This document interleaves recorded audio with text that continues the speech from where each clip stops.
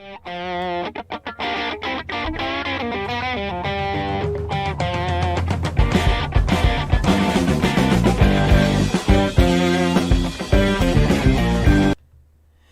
afternoon, everyone. Welcome to your Friday edition of TraderMerlin. Hope you had a fantastic trading day out there. Definitely a day not controlled by the algos, as you saw, just wild swings in the equity markets. Of course, today's topic will be maybe not just the equity markets, but commodities. Natural gas will be our topic du jour. We're going to have John Rowland on here in just a minute after I get through a quick overview of the start of the day. Hello, everybody. Hello, Jorge and Chuck, Terry, Kev, Brendan as well. We got Dave, who's drinking some 21-year-old single malt scotch out there. You know, I can't go for single malt scotch, and here's the reason. I'll actually put a trivia question out there for you. Leave it looming. What is the national animal of Scotland?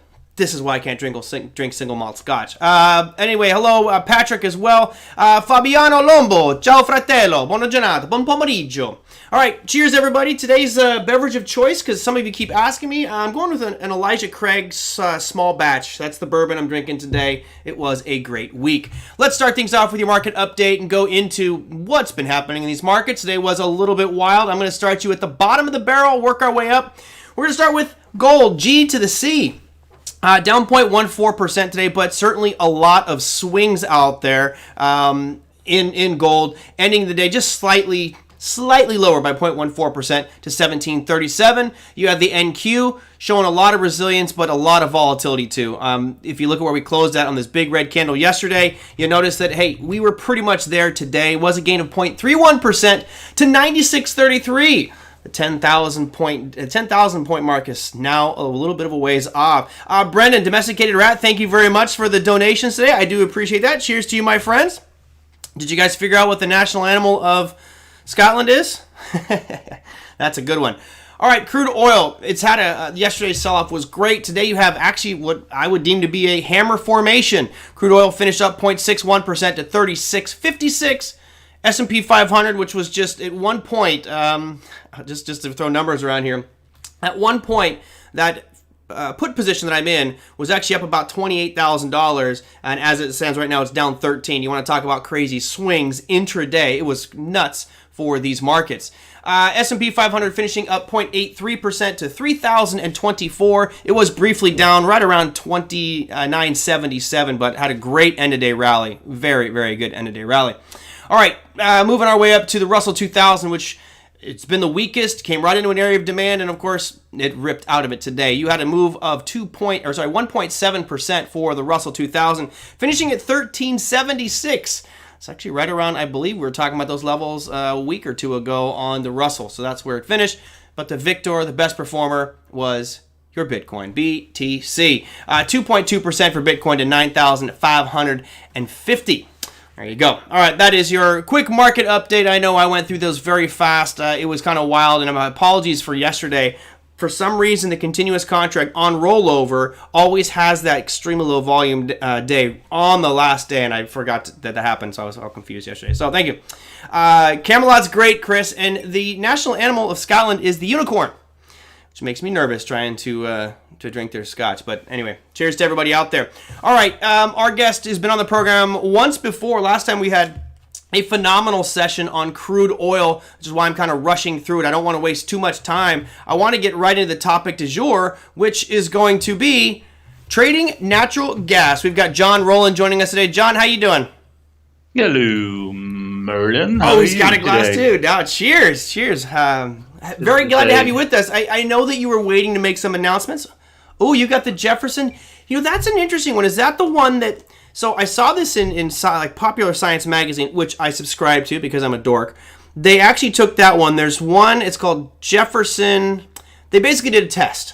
They did barrels on land, and then they did another set of barrels they put on a boat. And they sent that boat around, I think it went from the Gulf of Mexico all the way up to, Maine or New York or something like that. And they noticed that the chemical compositions of the exact same barrels, but one on land versus one on the boat, was significantly different with regards to composition. I thought that was rather interesting. Yeah, as the boat rocks, the barrel gets agitated a little bit more. So supposedly that makes for a smoother blend. I think it might be the salty air or the coolness of it. I don't know. It was very interesting. All right, Chuck, thank you very much for the contribution. Appreciate that very much, my friend. Cheers and happy Friday to you. All right, our goal. I know. Jay says, stay focused, Merlin. You know me too well, brother. I get a little bit, I tend to go off on topics. All right, natural gas. Obviously, last time we talked about crude oil, it couldn't have been a more perfect time for crude oil. Natural gas obviously is suffering technically. We'll get into the charts here in just a second. But for somebody who doesn't understand the natural gas markets, walk us through what we should know, and then we'll start down that path of being a trader in it.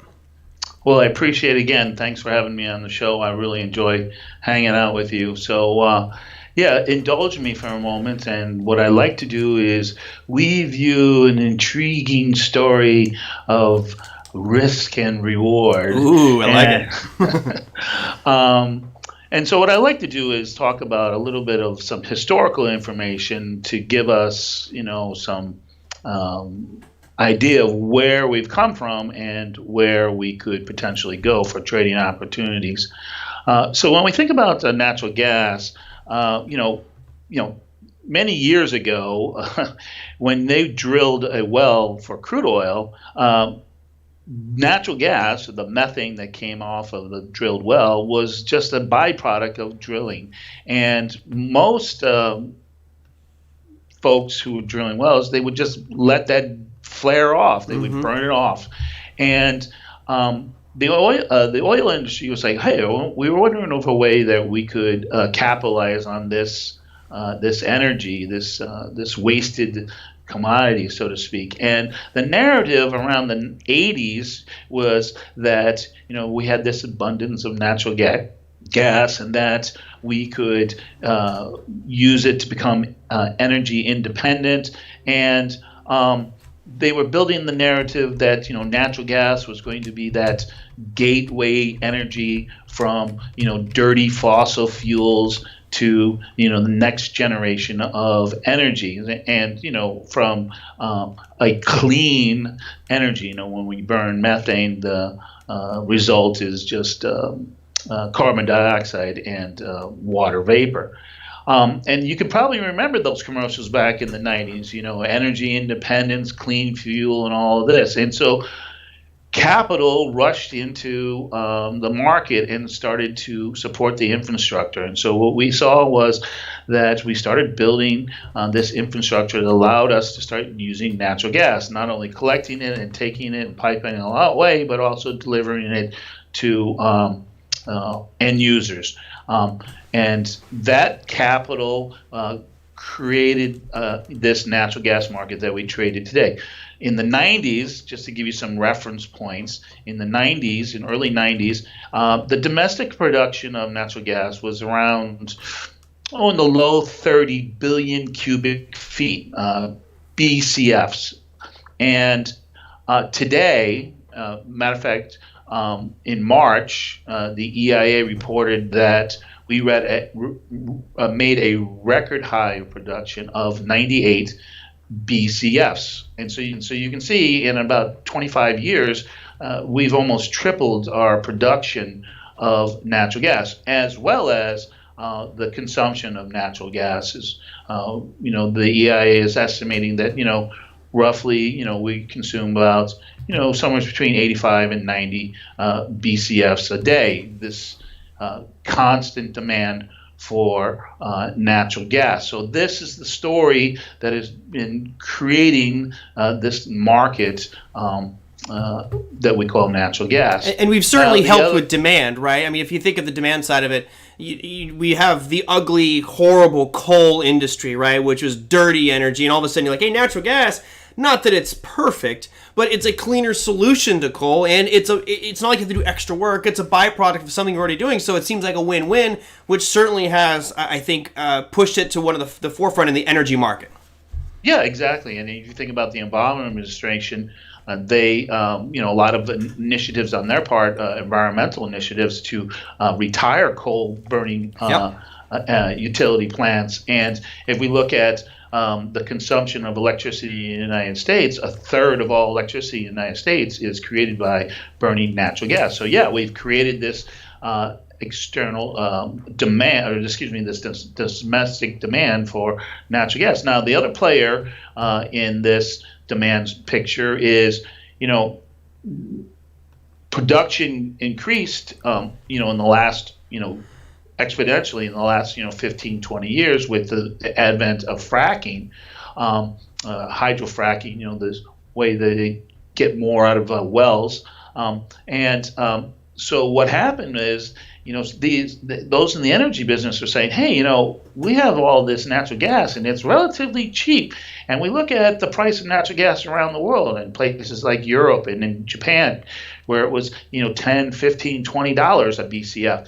And they're like, wow, I wish there was a way we could take our natural gas and sell it, in the world. And they created another industry, which was called the liquid natural gas, or the LNG market. And, 20 years ago, there wasn't one LNG plant in the United States. And from what I understand, there's about 20 right now producing liquid natural gas. So again, this demand story continues to increase. I actually want to bring up a picture here, see if I can do this real quick. It's when we look at vehicles or vessels of transport, one of the funnier looking ones that you can see out there are the LNG transport ships. And I'm trying to bring it up for the viewers at home just to add a little humor to today's show. There you go.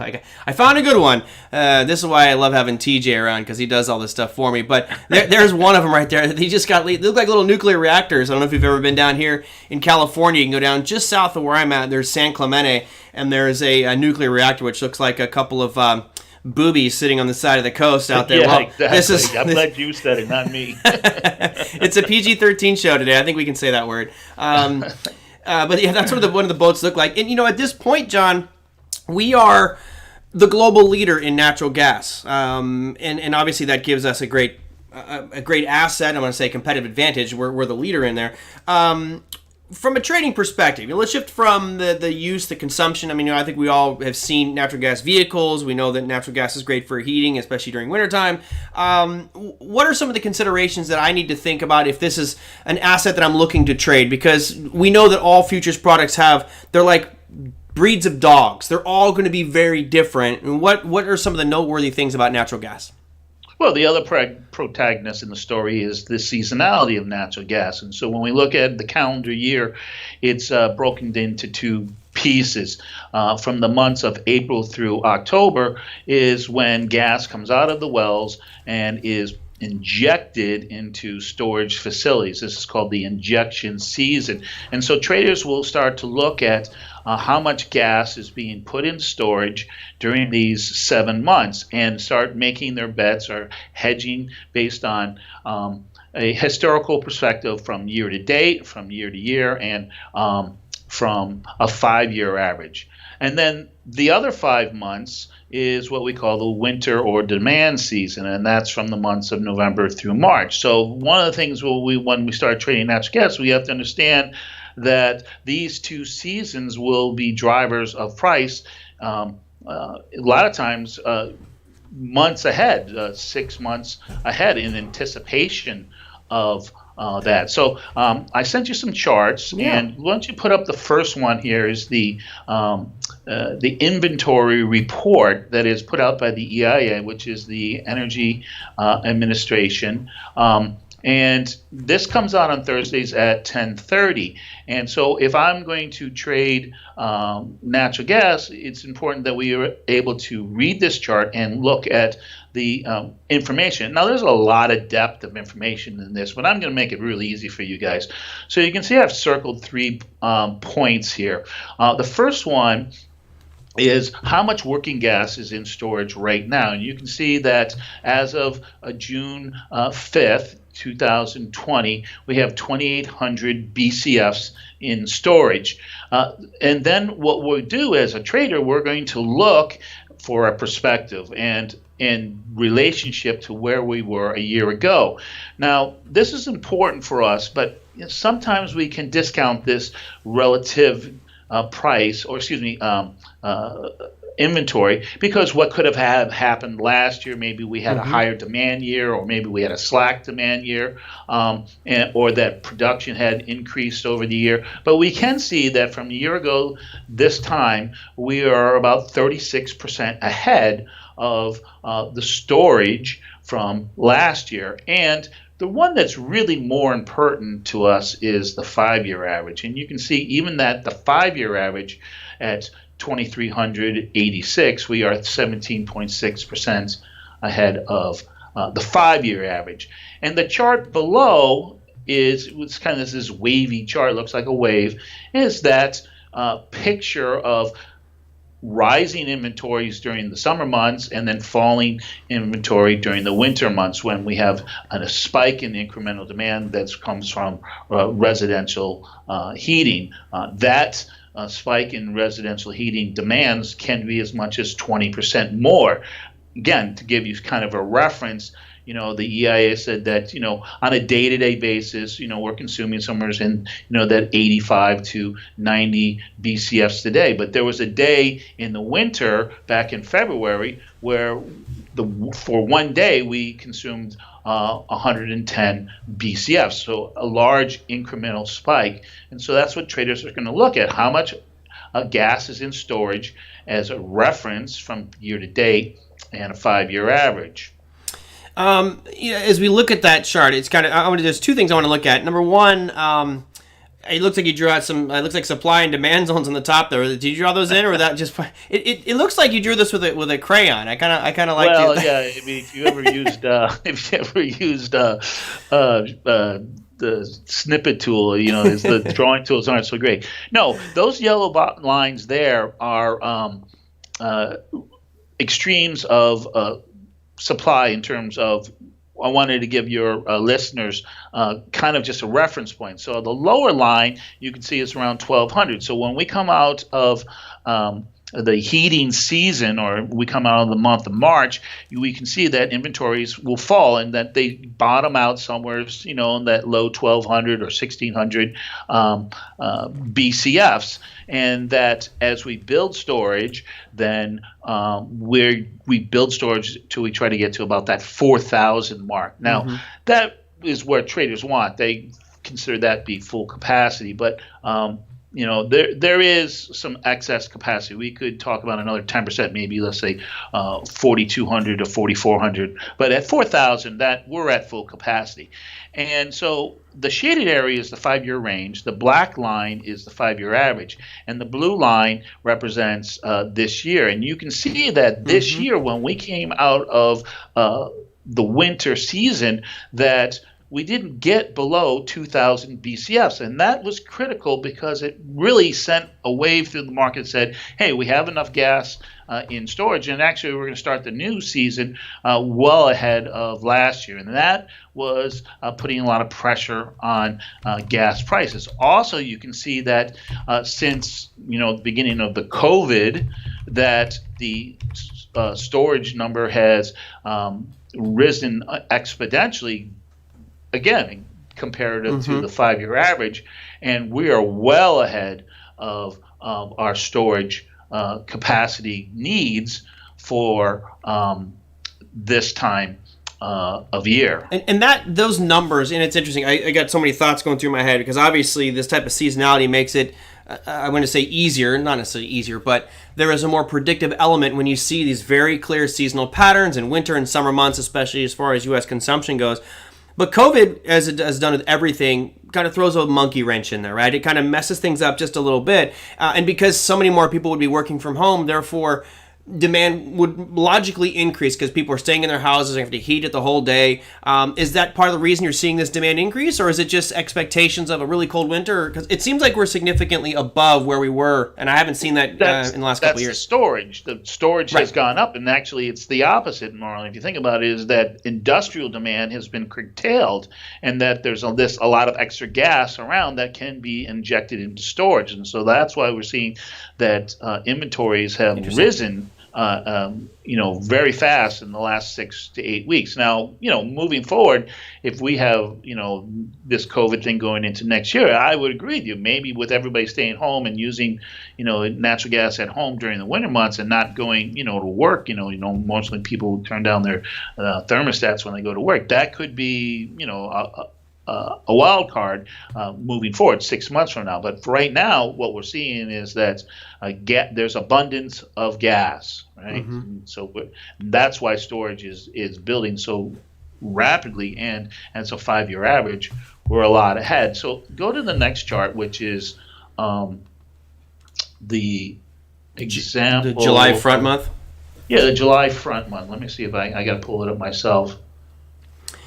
By the way, I'm going to just leave a little coat hanger carrot out there for you guys. We're going to be looking at barchart.com, and in a little bit, we'll be making a pretty big announcement. John will be doing a great webinar. I actually am already registered for it, by the way, just because it's all about commitment of traders, and it's going to be through barcharts.com, and I'll show you how to register for that one here in just a minute. Like the plug. There you go, buddy. Got to plug your stuff. Hey, if I get somebody like you telling me about the commitment of traders, I'm going to certainly register for that one and listen, buddy. So, all right, what do we got here for the July 20th natural gas front month? Okay, so again, here we can see that, since August of last year, we have been in this steady decline. Now, we did see a little bit of a spike and rally in prices, through the month of April. Now, what happened here is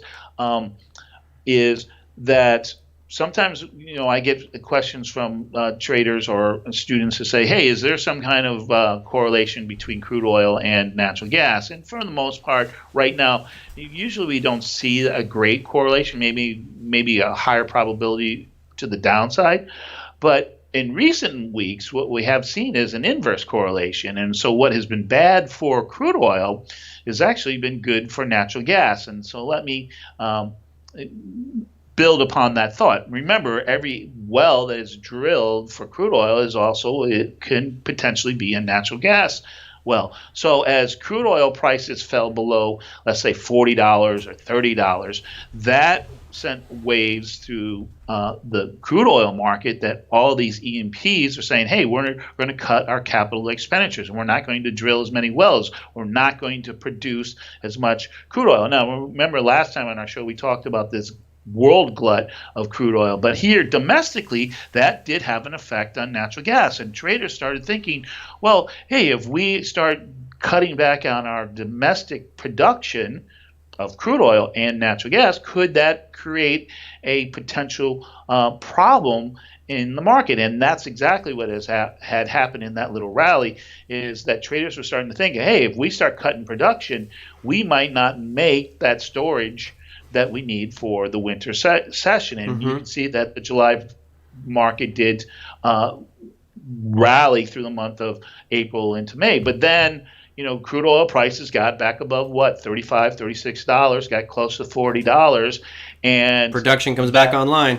Right, exactly. Yeah. Production comes down. And look, we see that the July price falls down. And not only has it fallen down, but it's now at historical lows, contract specific. And we bounced off of this low a couple times, and now, this chart's from Tuesday. I think we kind of tested that pivot area, that support, now resistance area yesterday, and then we had the inventory number yesterday, and now the market is actually back below that. So let's take this narrative one more month out, and if we look at the January contract.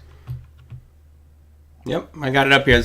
Got the January contract. Again, we see that what had happened is that these contracts, these winter contracts, the market actually is showing us a different picture. Look at this. We actually see that the price of the January contract has appreciated in that rally that came, during that April time. But since then, it hasn't fallen as fast or as hard as the July contract.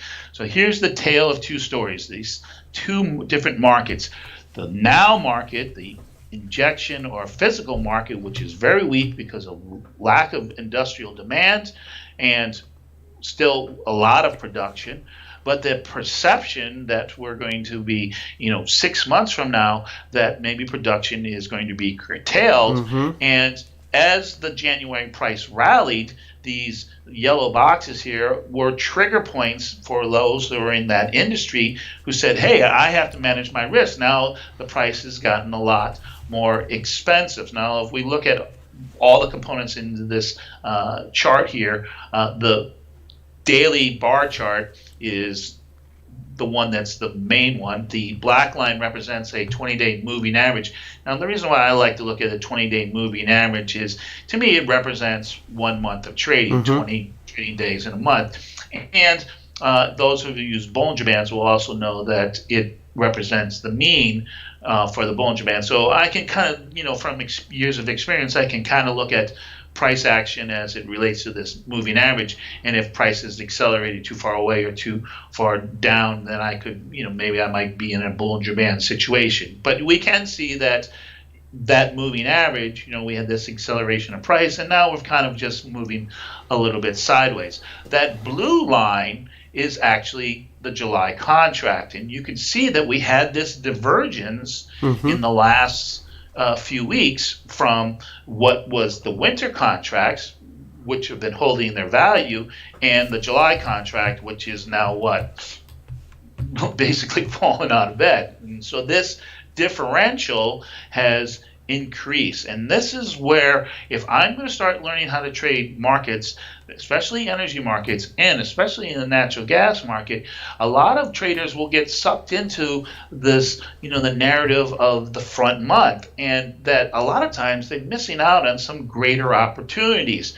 So let's go to the next chart, which is that differential between the two. Okay. Between the two, and you can see here that going back into March, when the market made that significant low, the differential between the July contract and the January contract was around 50 cents, and today it's out to almost $1.10.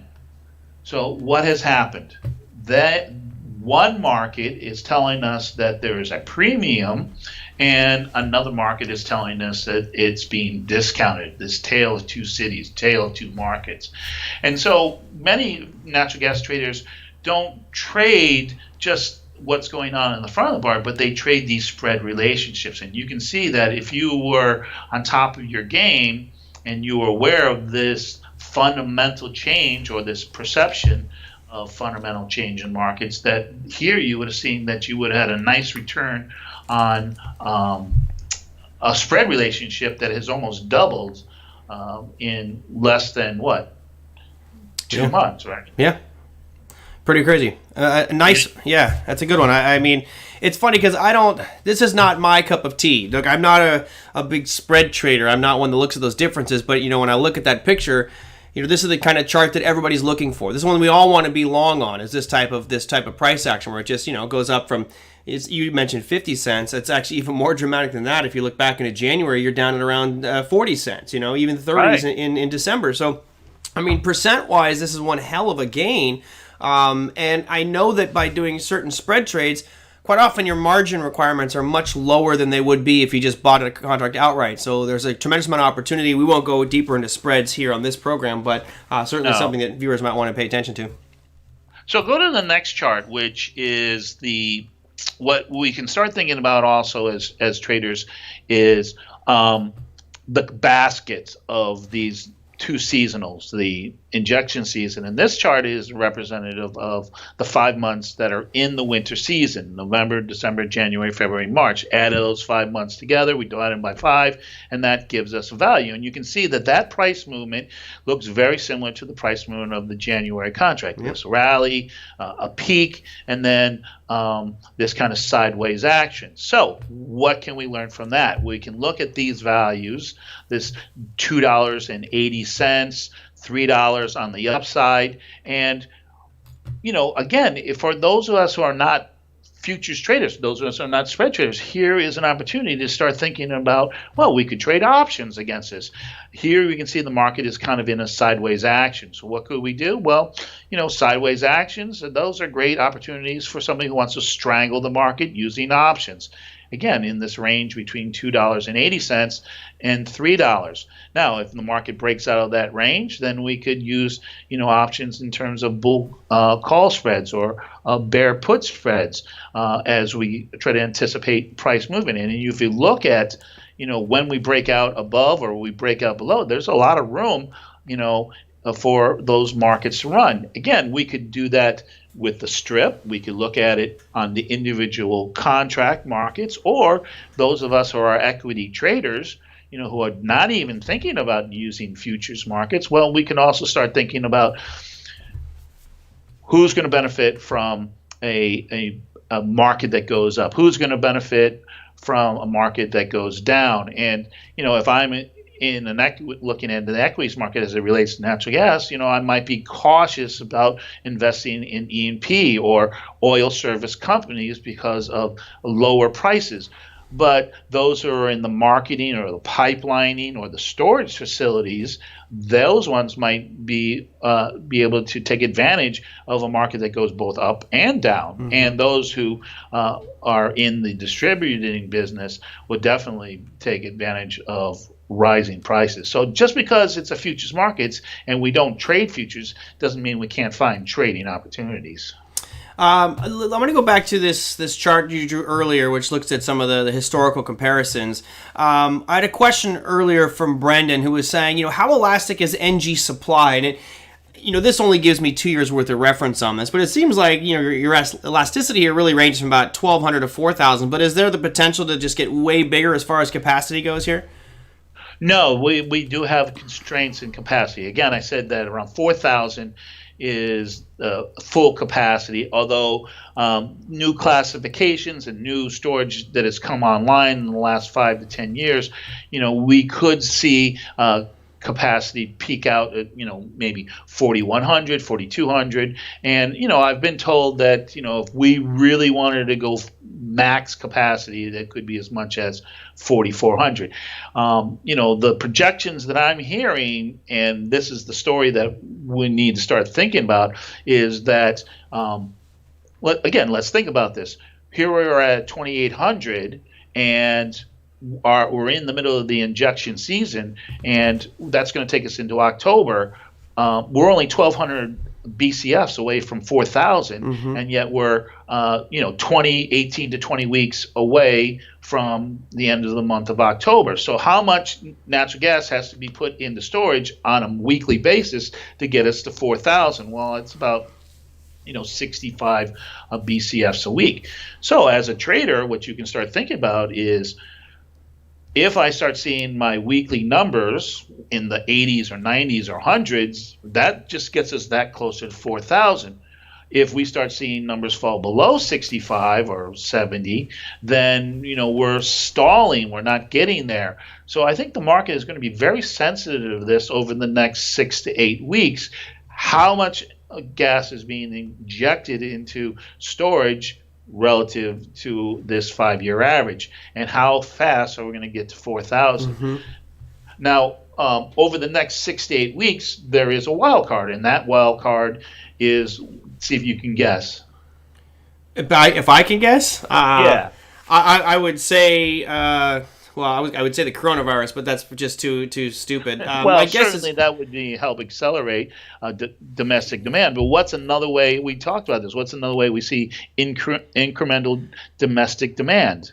Increased domestic demand would be, a cold spell or a tornado season or something like that, something that might disrupt the supply. Weather, right, exactly, very good. And if we see some super hot weather in places like the Midwest or the Northeast, electric demand, that could slow the injection of gas, and that would be a bullish for the market. Market mm-hmm. would take that as bullish.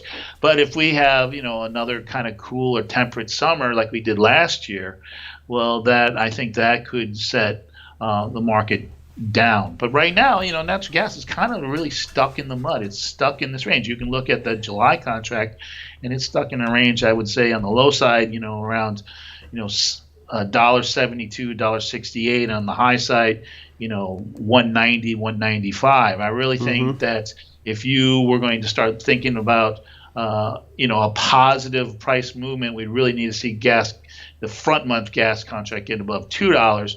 But that's not necessarily a bullish scenario. Again, this tale of two different markets. Really, what we could see is the strength of the market could come not in the front month, but strength of the market could come in these back month contracts, which is what we've already seen. So if the January contract could break out of its range, and if you went to the January chart again, somewhere, I think the low end was around that 280, 285 area, and the high end I think is around 320. So that's kind of our range of price, our resistance above and our support below. We've definitely tested that support now 3 or 4 times in the last few weeks. So that's telling us the market is still anticipating a reduction in production over the next 6 months, and that we might not get to that injection level. For those who are trading, if we get into like August or September and we're getting very close to that 4,000, that could be a recipe for prices going lower.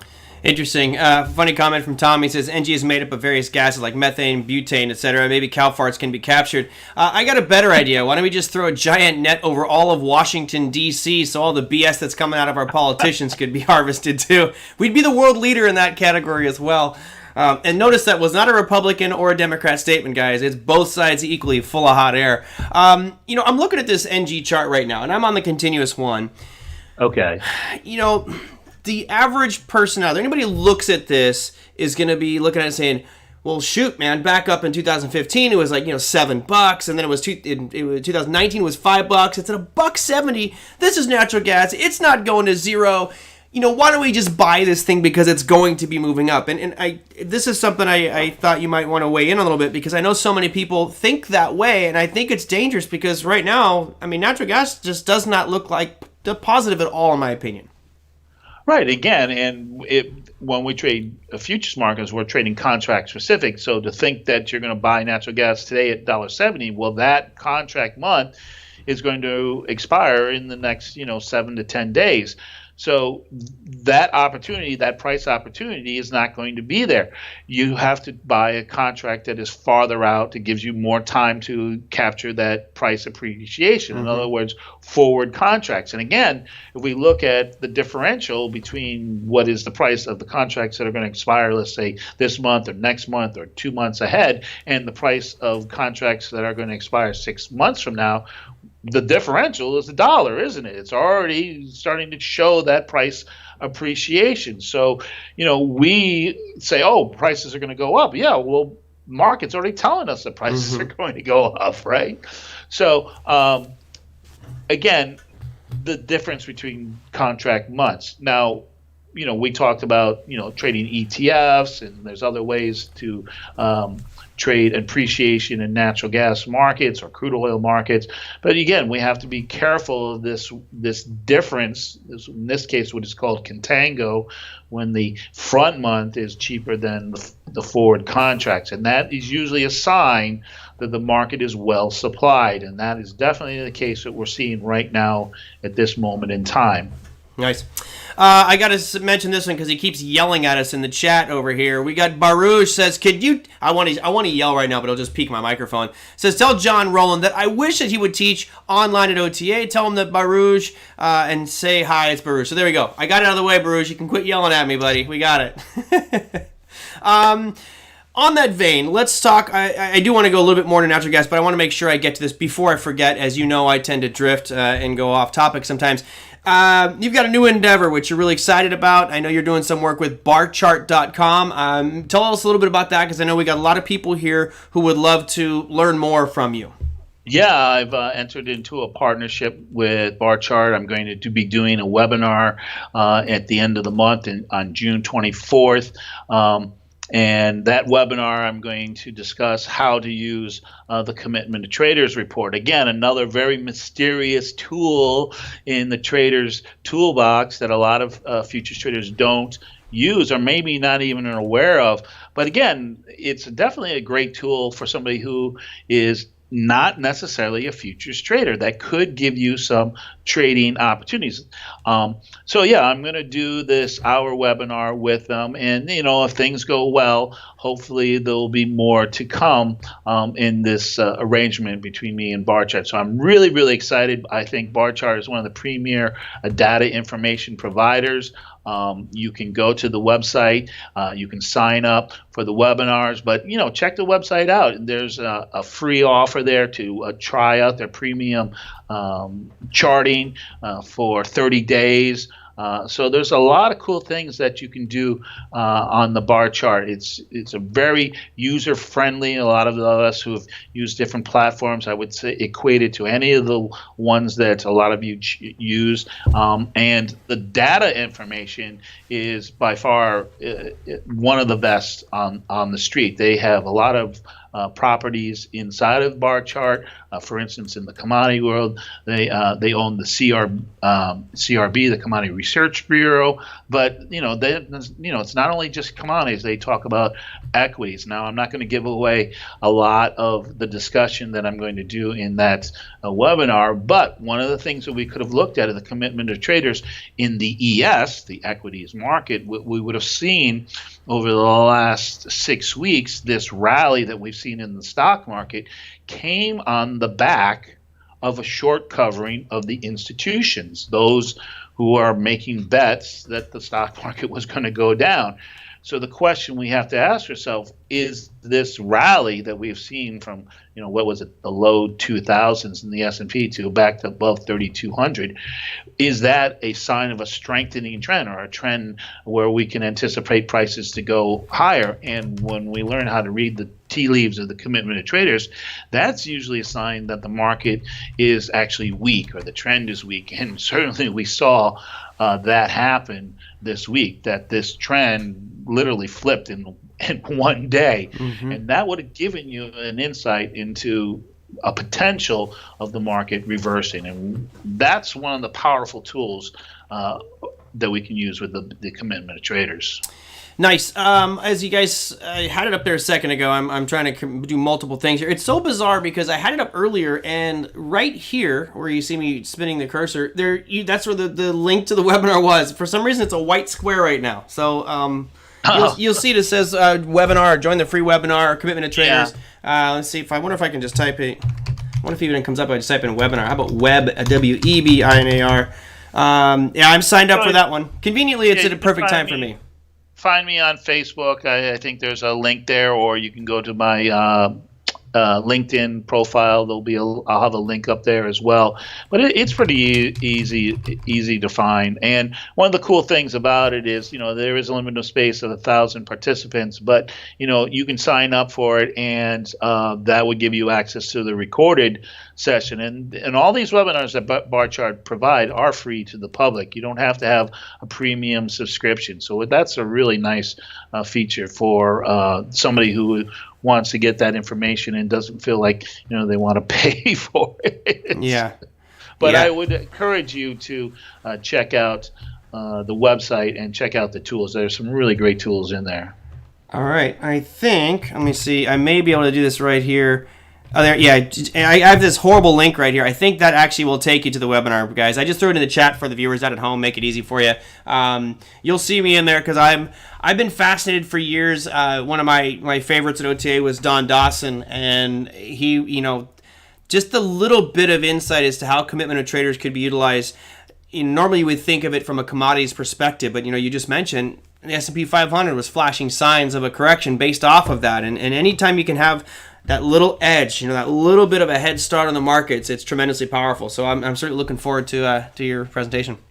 Yeah, one of our friends, Bob Dunn, he would tell you that, if you said something about the commitment of traders or fundamental trading analysis, he'd go, "Oh, phooey, just show me a chart, show me price action, ride the wave." And to an extent, he's correct. Yep. But what's cool about learning fundamentals of markets, especially futures markets, that will help you find some greater opportunities where we can ride that wave for a lot longer period of time, and also, leverage it into other trading opportunities, options and equities, not just the futures contracts that we're looking at. I'll give a basic example, and as my viewers know, I'm the master of ridiculously horrible analogies.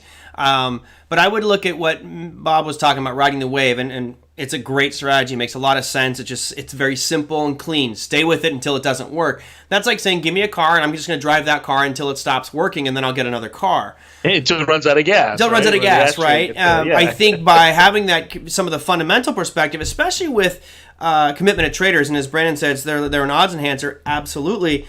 It's almost like saying, I've got the car, but if I hear something that might cause that car to break, I'm going to jump out and fix it so I can ride that even longer, or at least be aware that that is the problem coming up. And those little things, if you are the type that is interested or even cares, can be very beneficial. Again, it depends on what side of that camp you're on. You have the people that are obsessive and just really want to get into the nuts and bolts. Then you have people who just don't give a crap and they just want to do as little as possible, but still be good traders. And there's nothing wrong with either style, put it that way. Well, yeah, I mean, at any moment in time, technicals can win the battle of price one way or the other, a moving average or, something, or an exaggeration of price or algorithms. But in the war of price, fundamentals always win. So, price can go up or down, but it can't stay there unless it's supported by fundamental pieces. And so, yeah, I would agree with you that, it's an opportunity to find some greater enhancements to some trading probabilities.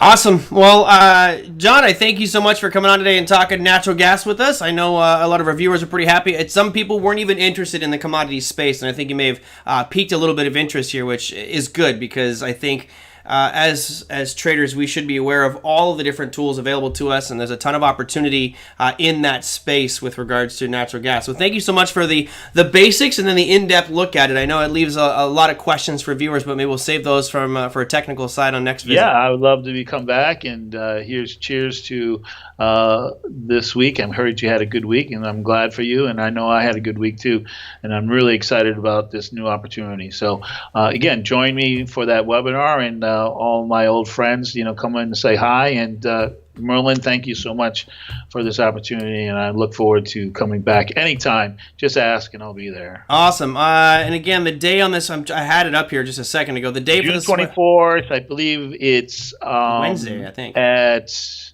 a Wednesday, yeah, and I think it's in the middle of the day, around noon Eastern time or 11 o'clock Central, and for the West Coast, what would that be, at 9 o'clock in the morning? So I'm not 100% sure, but I believe that's the times, 9, 11, and 12. I actually have it here. I'll bring it up one last view. Viewers at home, it's loading up right now. We got a white screen for you. This fiber optic was supposed to be so damn fast. There you go. It is from 10 to 11, so it's 1 hour. That's going to be on the 24th. That's Pacific time, 10 a.m. So for you East Coasters looking at 1 o'clock, there you go. Right. And I will see you in there. Excellent. Say hi. I would love to see you there. You got it. All right, John, thanks so much. Have a fantastic weekend. Cheers, my friend. May all your trades be green. I'll see you soon.